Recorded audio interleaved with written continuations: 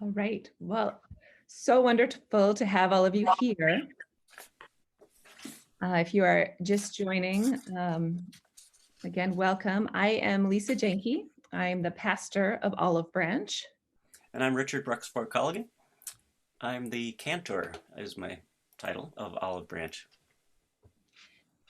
And if you don't know already, Olive Branch is an outreach community of Mount Olive Lutheran Church in Rochester, Minnesota. And we are a community for people who like change. Imagine that in a church. We are intentional about creating space for people who are distrustful of the church, often for very good reasons, including perhaps people who've been hurt by the church or felt excluded from the church for any reason.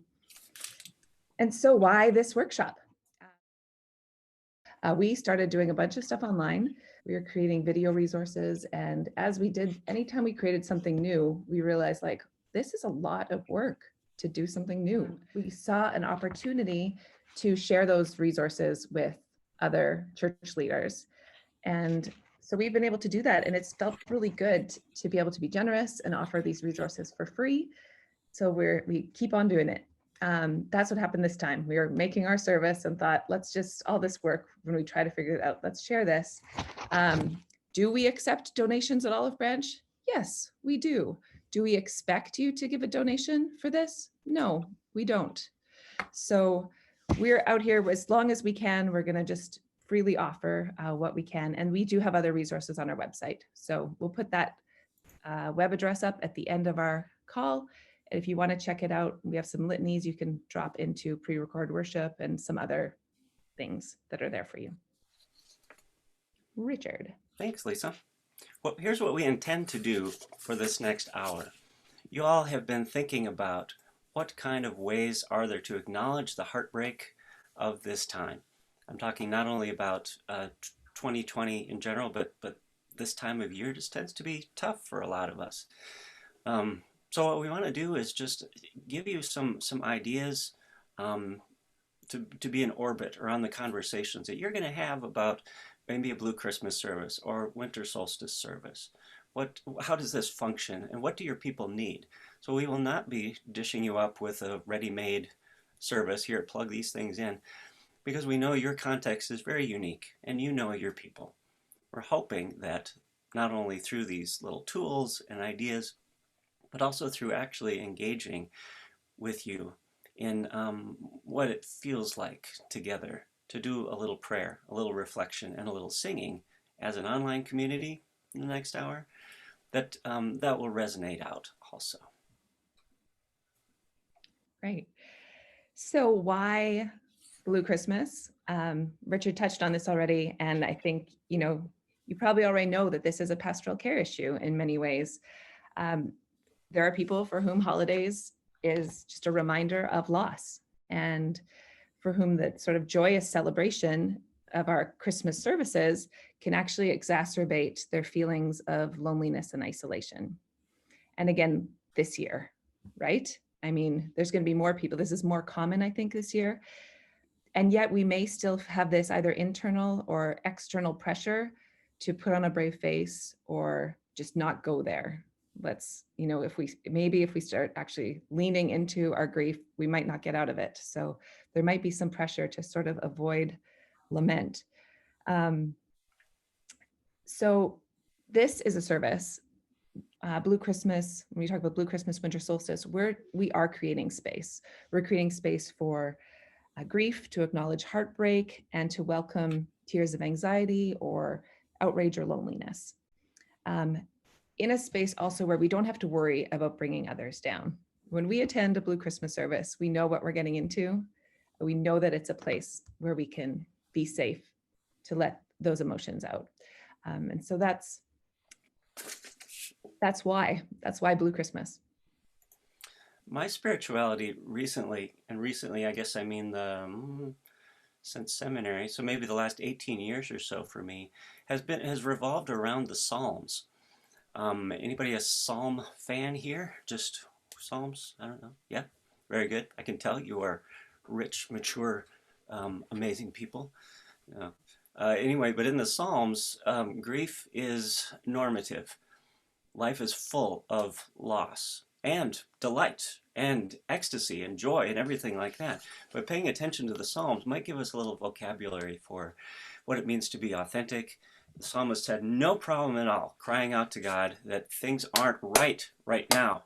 God, please help us. It is so bad. It's like you aren't even seeing us anymore. It's like you turned your back on us. So what is going on? Most of us, or maybe not most of us, a lot of us grew up praying rather politely, like me in my tradition. So for some of us, it might be a stretch just to acknowledge and even share in a community that things aren't great all the time. So we might find meaning in these two ideas that we're going to sort of spin out in the next hour. And one is a blue Christmas service. The other, and there's some distinctions, would be something around winter solstice or longest night. Yes, as we were planning, we noticed these distinctions. And so we want to give you sort of a brief pared down experience of both of them, and also experiment with ways you might engage a community online if you can't meet in person. Again, you have likely, many of you have done this and beyond.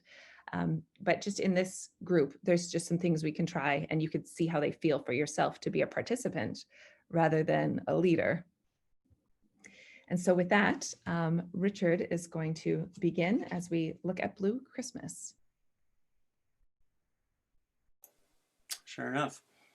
And the word blue, of course, is intentional. Advent, as it presents itself, is a little bit moody. There is a texture that's distinctive in Advent, and that's my favorite liturgical season. So I'm, maybe biased towards it, but I really enjoy the sense of waiting with Elizabeth and Mary, and the textures of intensity when we get yelled at by John the Baptist and Isaiah. It's a tender time for a lot to pay attention to. I wonder if you would take a deep breath with me right now. You've already had probably some phone calls, emails, conversations, lots of thinking things. You said yes to this time, which means you said no to some other things this morning. One more deep breath to bring all of yourself here. I want to invite you into a really simple song for Psalm 61.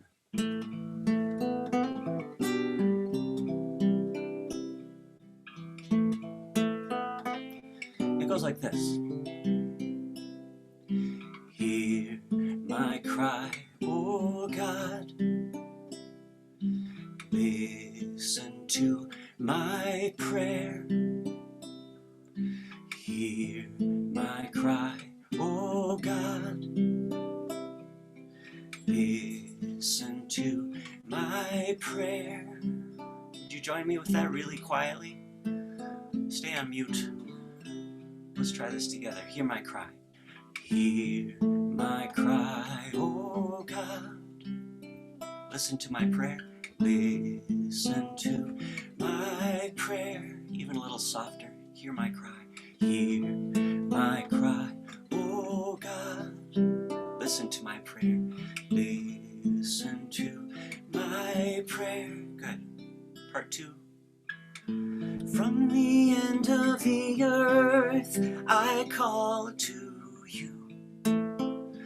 Though my heart is faint, from the end of the earth I call to you. Though my heart is faint, from the end of the earth I call to you. From the end of the earth I call to you. Though my heart is faint, from the end of the earth I call to you. Though my heart is faint. Part 3. Let me abide with you forever. Let me abide with you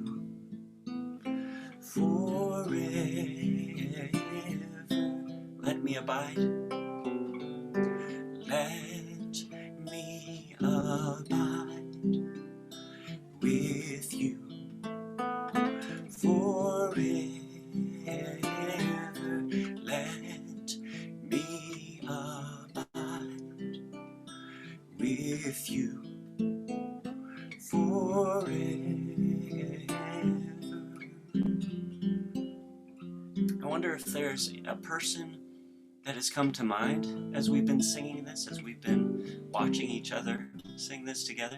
I wonder if you have felt some heart connection. I wonder if there's anything stirring in you right now. So feel that. Be with that for a moment. Let's go back to the very first part of this little song. Listen.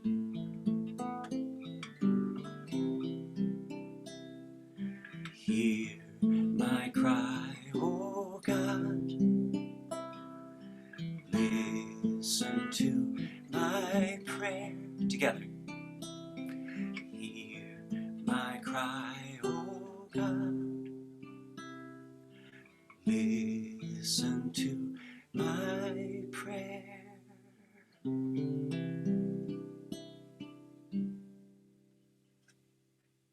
Thanks for singing. Our reading is from Ordinary Blessings, Prayers, Poems, and Meditations for Everyday Life by Herrick Carlson.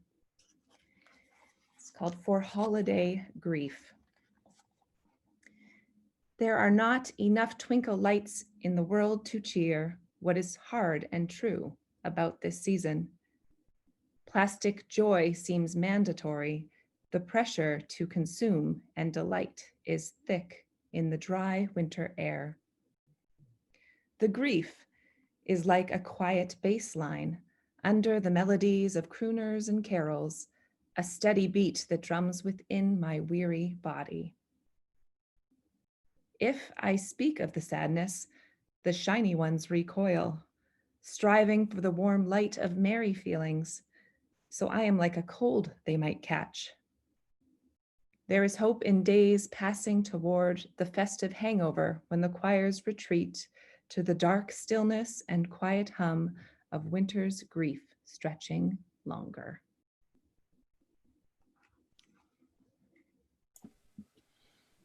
Thank you, Lisa. Right now, we'd like to invite you to participate a little bit in whatever level you would like. We invite you to open your chat.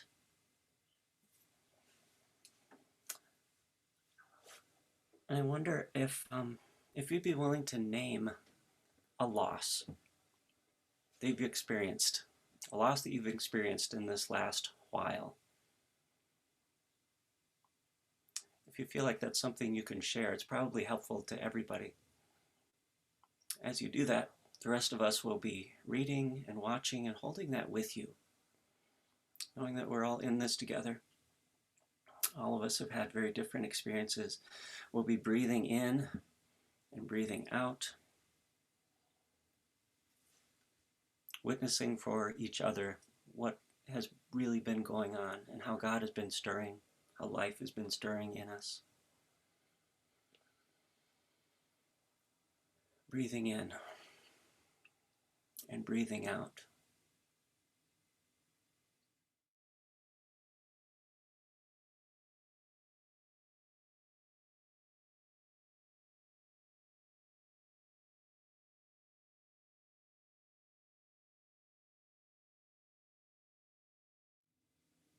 Thank you for those words. Thank you for naming those things. Feel free to continue to do that if you wish. As a little virtual community here, we are witnessing one another. We are seeing each other, these pieces that we're sharing. Thank you. Only that is remembered and named can be healed. I remember hearing that on Holocaust Remembrance Day a few years ago. Maybe there's something to that when we are in a community willing to pay attention to one another in this way. And we'll put a bookend on the end of this time like we opened with Psalm 61.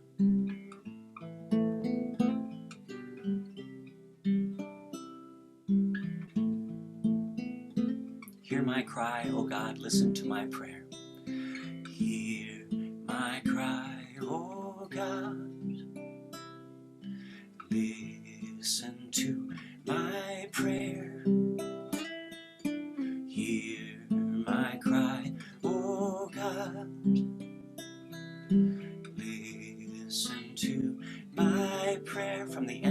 earth, I call to you. From the end of the earth, I call to you. Though my heart is faint, from the end of the earth, I call to you. Though my heart is faint, let me abide. Let me abide with you forever. Let me abide with you forever.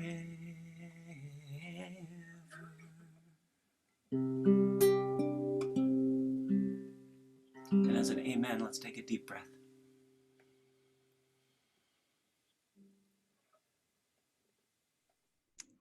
Deep gratitude to all for your generous sharing and generous witnessing for each other. A Blue Christmas service truly welcomes lament and tears.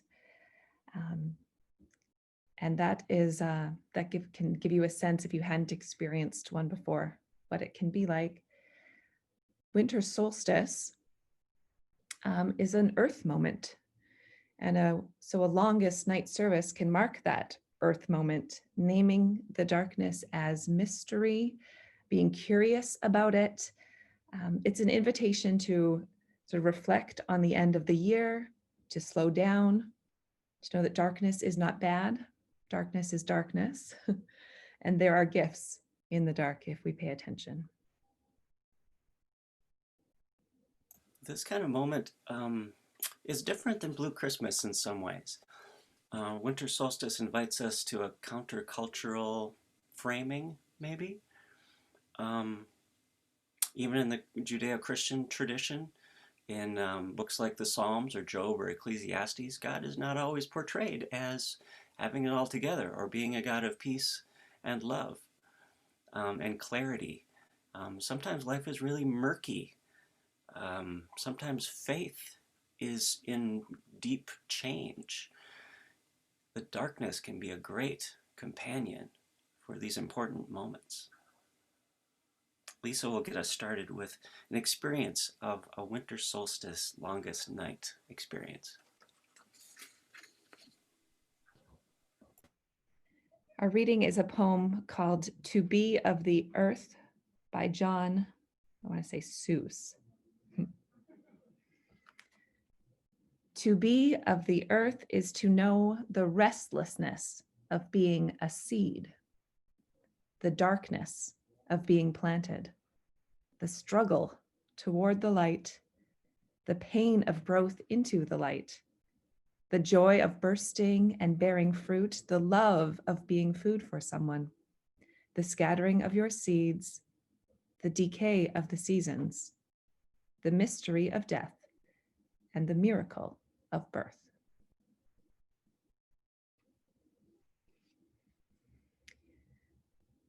Richard is going to post this poem in our chat. And our invitation for you now is to find a paper, if you have a paper in front of you, or something you can write on, and pick a word from this poem that stands out to you or is meaningful to you in this moment. And you're going to share that word. We're going to have a way for you to share that word on your screen, but without having to explain it at all. So the poem is posted in the chat, To Be of the Earth. We'll give you a full minute to do this. So if you have extra time and doodle around it, draw what sort of you're feeling right now around that word, that's welcome too.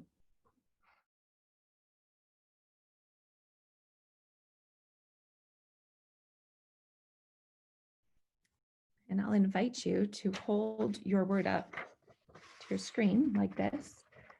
And just to do that for about 30 seconds, and then we can kind of scroll through screens and see what people have written down.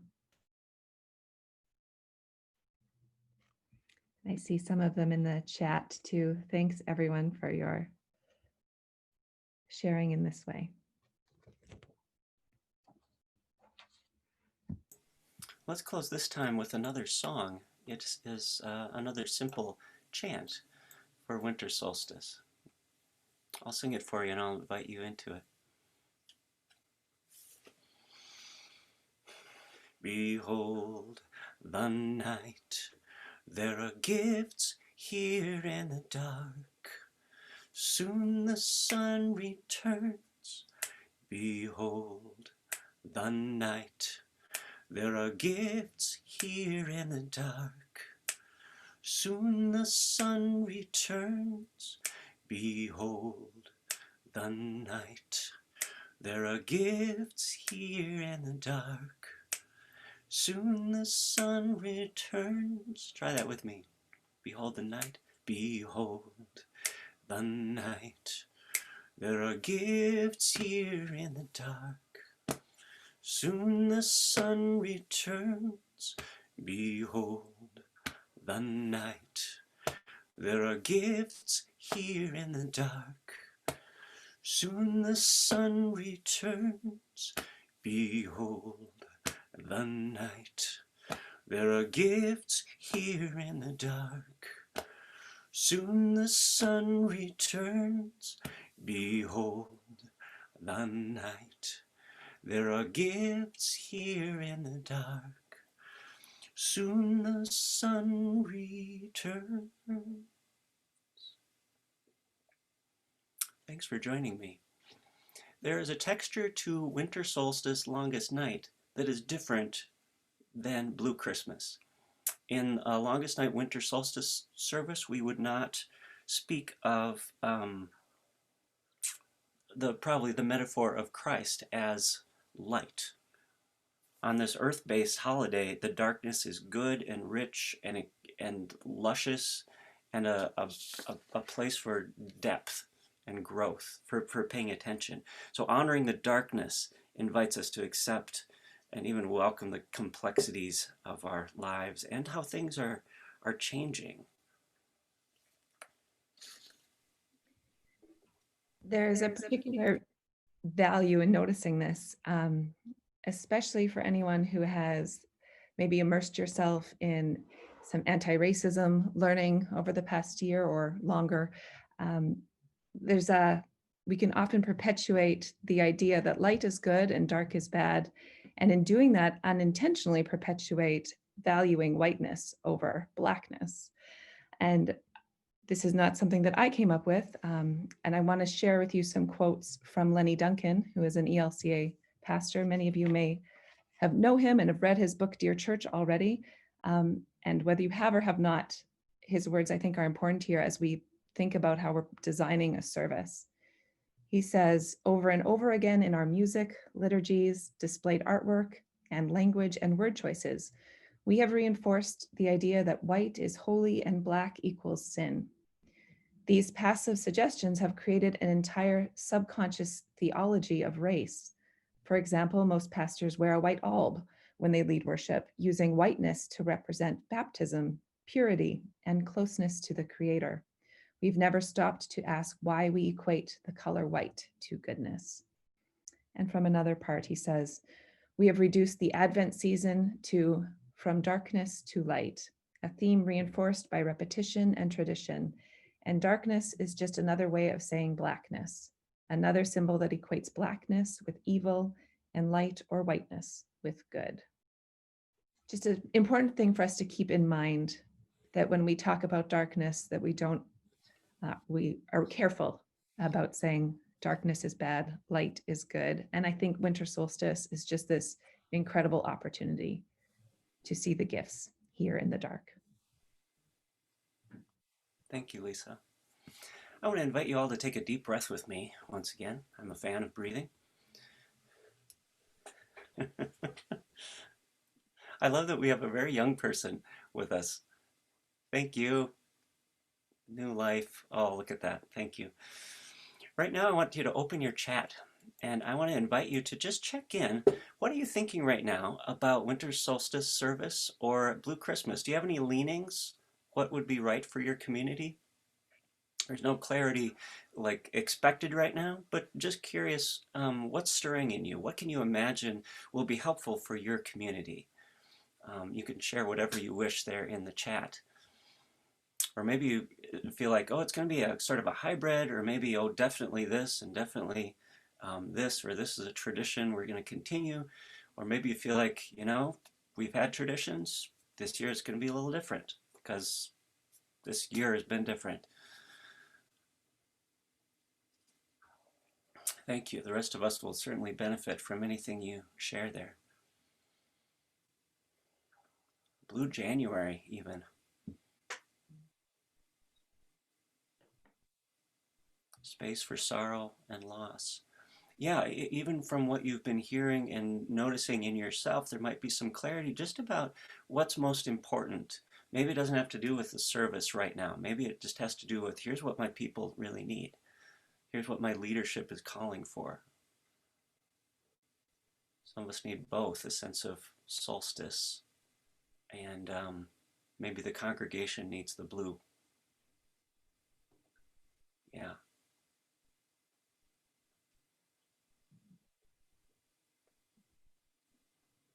Terrific. Thank you. And feel free to continue to put things in the chat if that's useful to you. Right now we're going to move to sharing a document that you may have received this morning, or you soon will, emailed to you. It is a worksheet. One moment, and I'll share it here.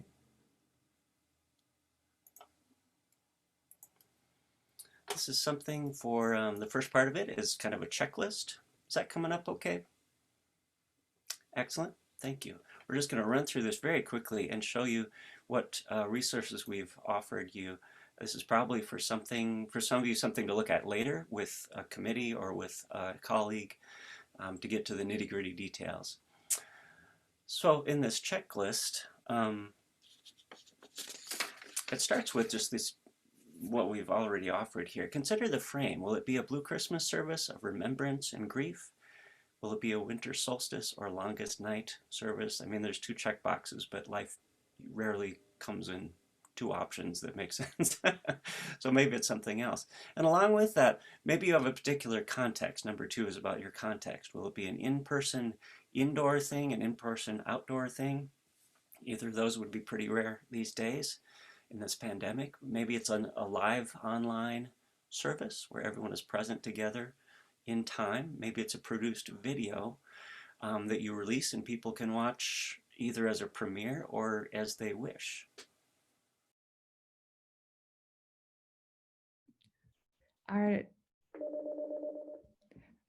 Our next section invites you to think about the different elements that you might include.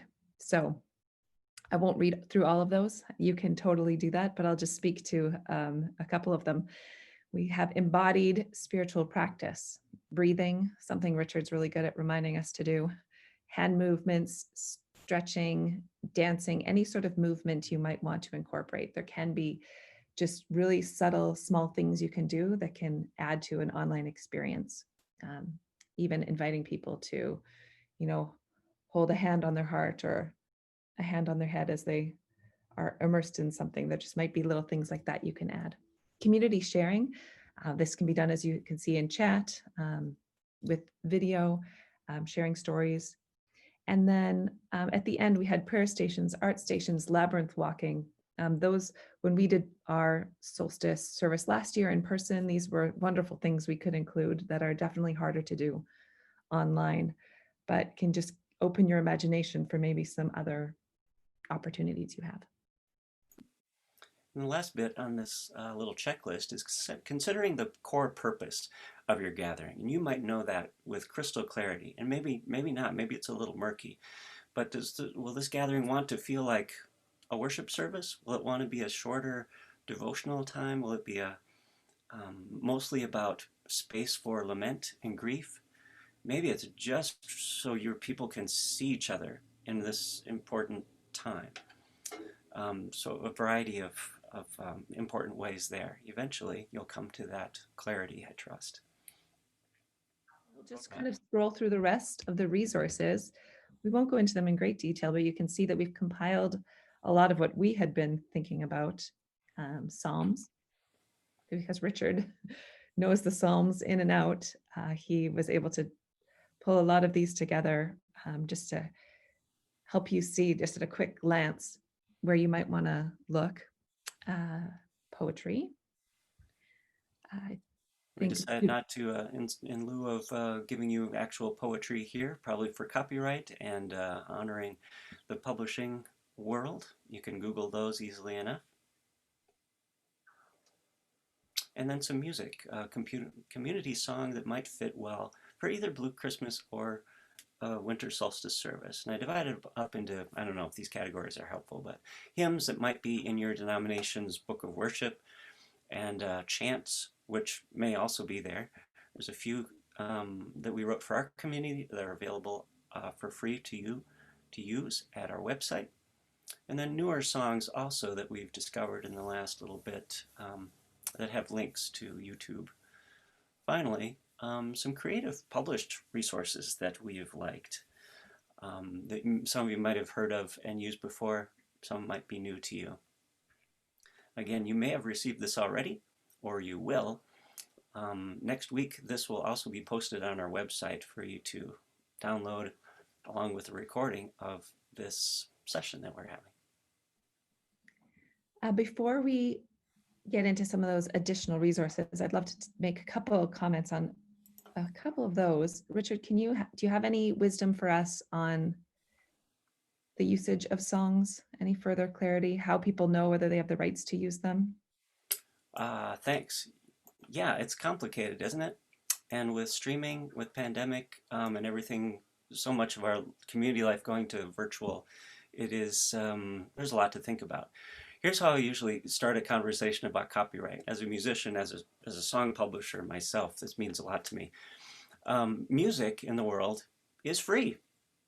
Songs are property. Somebody wrote every song you know. Sometimes they're anonymous, sometimes they came out of a community, but they're written by people. Some of those songs are published and people have income that they need from that. So that person that wrote it, or that publisher, is the one who owns the copyright, meaning they're the only ones with a right to copy that song. So when we think about using other people's songs, what we need is a license to use those songs. If you have a license through, say, CCLI, excuse me, or onelicense.net, you probably have a rhythm of looking through songs you use from week to week and looking up, okay, what songs are we using? Does our license cover that? And asking that question. If you don't, I invite you to think in those terms. So for instance, in this list of songs, your church, your district, your conference, there might be a tradition of what licensing that you use. You probably have a sense of what that covers. As you look at this list that might have unfamiliar songs, each one of those would have a note attached to them, attached to the video or the sheet music or the audio in one way or another, as to where it comes from and where you need permission.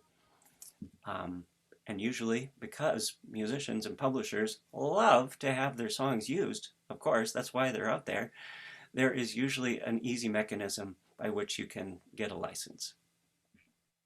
Happy to talk about that more later too. Great, thanks. At the bottom of the list, Richard mentioned some additional places we've gone, and I just want to highlight a Sanctified Art. Mount Olive has purchased this resource for Advent. The theme is Those Who Dream, and there's different price ranges for your church, but if you use the resources individually, the Longest Night Blue Christmas resource is $15, and it is a hybrid of Blue Christmas and Longest Night. And so that I lift up to you because this is the one resource that I know of that is really particular to 2020. And so if you're looking for some additional help and $15 feels doable to you, I would recommend it. You'll notice Meta Herrick Carlson's book that I read from is listed there, and she has a new book coming out in a few weeks. It's called Speak It Plain, and it has a lot of things for congregational use, whereas the one that I read from is more like everyday life. It could be for personal use, but they both would work as a helpful resource, I believe. Thanks, Lisa. We have some other content, but I feel like maybe we should move into a little Q&A time. What have you been wondering about? I'll invite you to put in the chat any questions that maybe we can speak to while we're together. There's a lot of wisdom in this group too. So one of the great things is we are all experts in different things. While we await your questions, we can just say we came up with a few little models or ideas of what this might look like that were fresh to us. And actually, there are a few questions I saw back in the chat a little bit. One person was wondering about doing this, what people's thoughts are on doing this on a Sunday morning. Is it too much for a Sunday morning or not?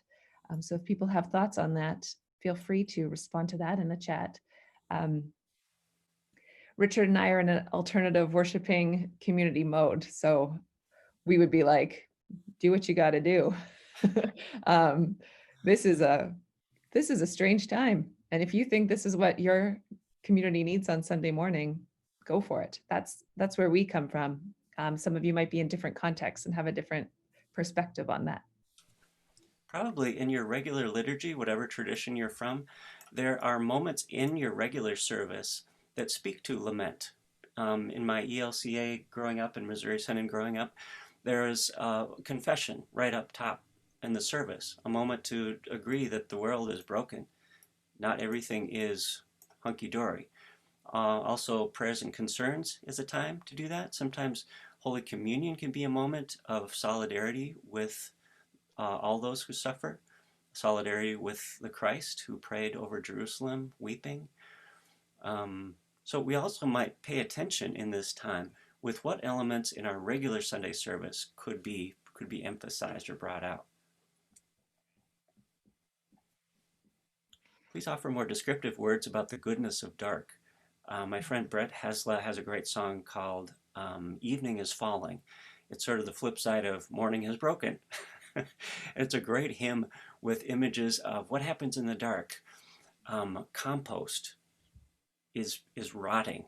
There's transformation happening in that biome that is amazing. That is resurrection happening, but it looks like death and it smells weird.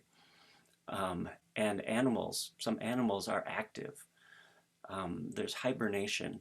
There's a sense of the other part of our life while we're sleeping has great mystery and depth to it. How many of our biblical stories involve visions of people who are dreaming or sleeping or are inspired not because they know so much, but because things are murky and they're aching for clarity. And in that murkiness, in that confusion or bewilderment, there is breakthrough. Darkness is really important. Thanks, Richard. Gestation happens in the dark, someone shared. Yep. Did I see another question here? There's some recommendations coming up if you're not active in the chat right now. Barbara Brown Taylor's book, Learning to Walk in the Dark. That's been lifted up. There's another resource, Marcia McPhee just released a service that looks like a hybrid service, and the link for that is also in the chat. That she has Worship Design Studio, and I think that was listed in our additional resources, so you should be able to find your way there. Let's see. The Luminous Darkness by Howard Thurman. Oh, who else is a Thurman fan? Oh my goodness, yes. And Brett Hesla, there's a link that was shared for Brett Hesla as well. I see that. And Disrupt Worship has strong Advent resources. Thanks everyone for sharing those. Sometimes it's helpful for imagination to try something, just to imagine possibilities or just be introduced to things we haven't thought of before. So here are a couple models that we've imagined a service could take. These might be old hat to some of you or maybe brand new. You might consider a cycle of a song, a reading, silence, and prayer. Song, a text reading, silence, and prayer, and maybe doing several cycles of that and call that a service, a cycle to rest in like that. Sometimes candle lighting is really important for people, and it can be hard to do. So you may find yourself recording in a sanctuary or in front of a fireplace, somewhere where you could have a whole lot of candles around you. And maybe as people write names in the chat, you're saying them out loud, first names, and lighting a candle around you, or inviting people to bring a candle and hold it in front of their screen. You might consider a half-hour online program that leads into an all-night vigil. So pretty much just an initiation of a time together, and maybe inviting people to pray through the night, even pray the hours, the traditional hours, or give people a guide. We did this last year. We had a theme of prayer for I think every 3 hours of the night or something, or maybe it was every hour of the night. And people could be aware of that or set their alarm for a midnight prayer. And that was a different thing for a lot of us. You might consider doing something in a park or a parking lot.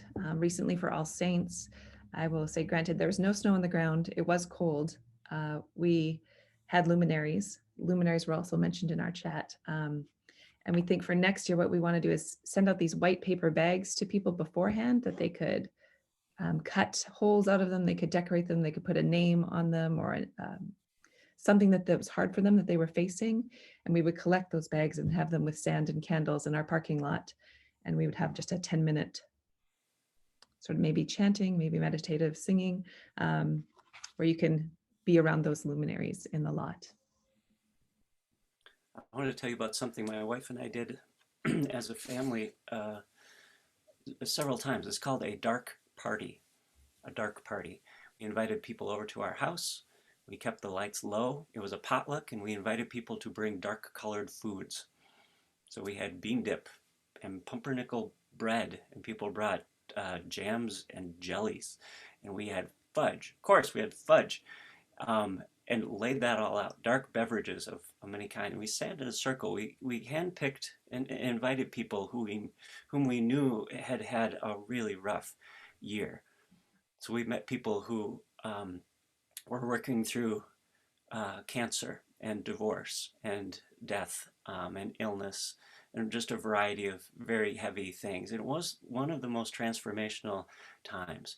The only liturgical part was we sat in a circle, but the most important part was each person could speak and share their story and go on and on as much as they wanted. And the rest of us shut up and listened carefully to witness what was real for that person, that they didn't have any other place that they felt as safe as among these friends.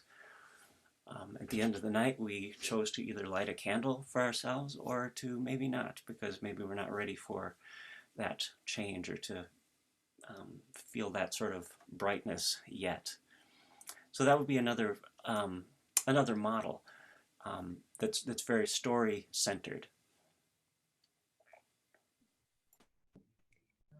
And one of the things that Richard and I are considering this year is releasing a pre-recorded video on the longest night, on winter solstice, but saying this is for you for whatever your longest night is, and that it would be something that you could listen to if you couldn't fall asleep, if you woke up in the middle of the night and your head was spinning, that it would be really calming. And that Behold the Night song that Richard did, it will probably end with about 10 minutes of that song, of that. Someone has just asked about it. Where is that source? And it will be on our website next week. Richard is generously sharing it, both audio and video versions, and it's also listed in the resource list that you have.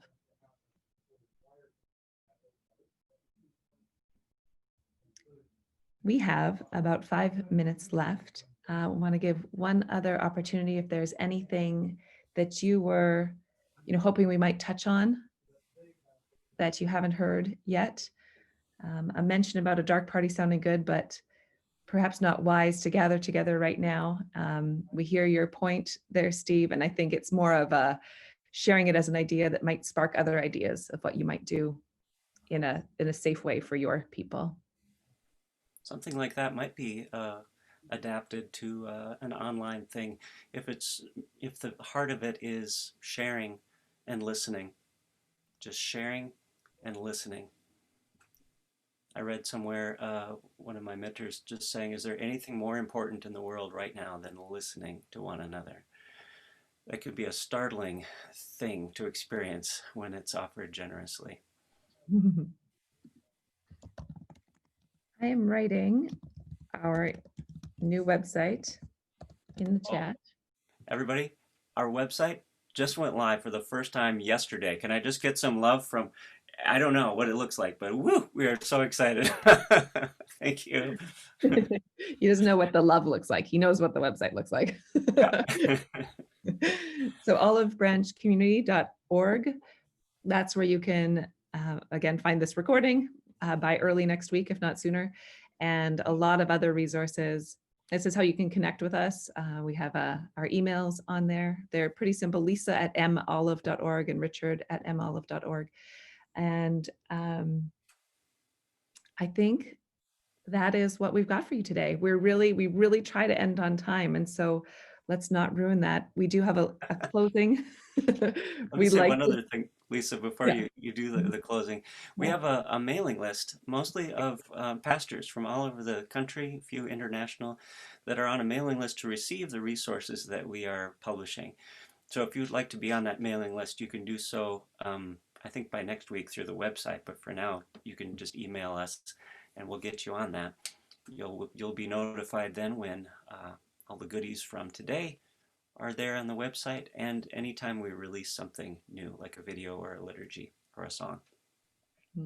Thanks, Thank you all for being here. So with that in mind, I'm going to share this, what I consider a mantra, with you a couple times as you leave. It's from Wendell Berry. This one comes, I'll show you. This is another really great book, Earth Prayers. And this is simply like this. At night, make me one with the darkness.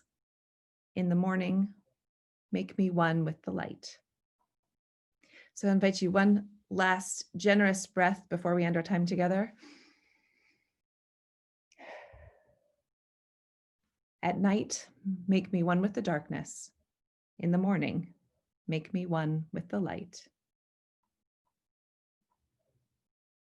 Thanks for being with us today, and blessings in your continued ministry and for all the work you do. Thank you.